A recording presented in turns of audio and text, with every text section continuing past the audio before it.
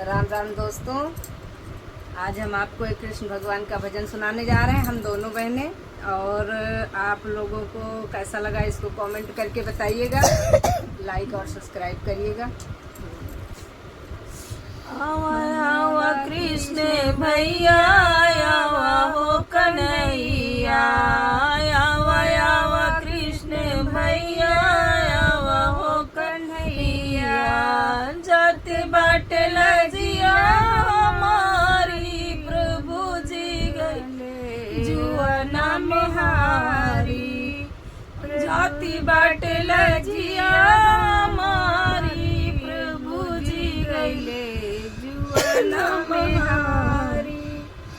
दुष्ट दुशासन खींचत साड़ी, दुष्ट दुशासन खींचत साड़ी। सब बीच करेला उघारी, प्रभु जी गैले जुअना महारी।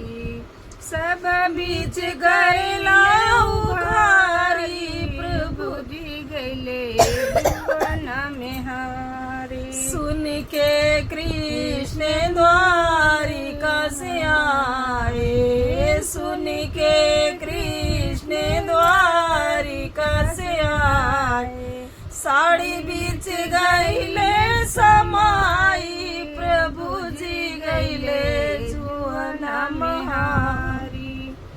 साड़ी बीच गईले समाई, प्रभु जी गईले जुआना महारी।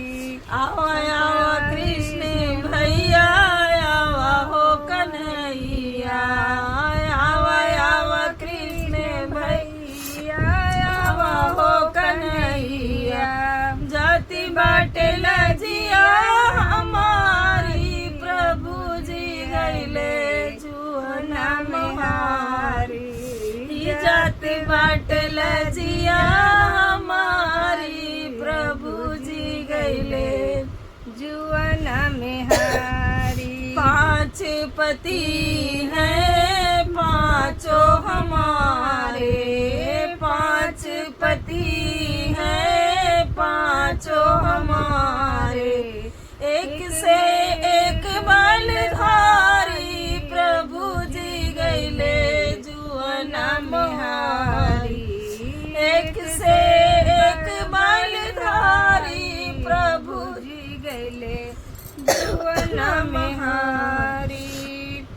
आवा आवा कृष्ण भैया, आवा हो कन्हैया, आवा आवा कृष्ण भैया, आवा हो कन्हैया। जाति बाट लजिया हमारी, प्रभु जी गईले जुआना महारी। जात बाट लजिया हमारी, प्रभु जी गईले जुआना महारी।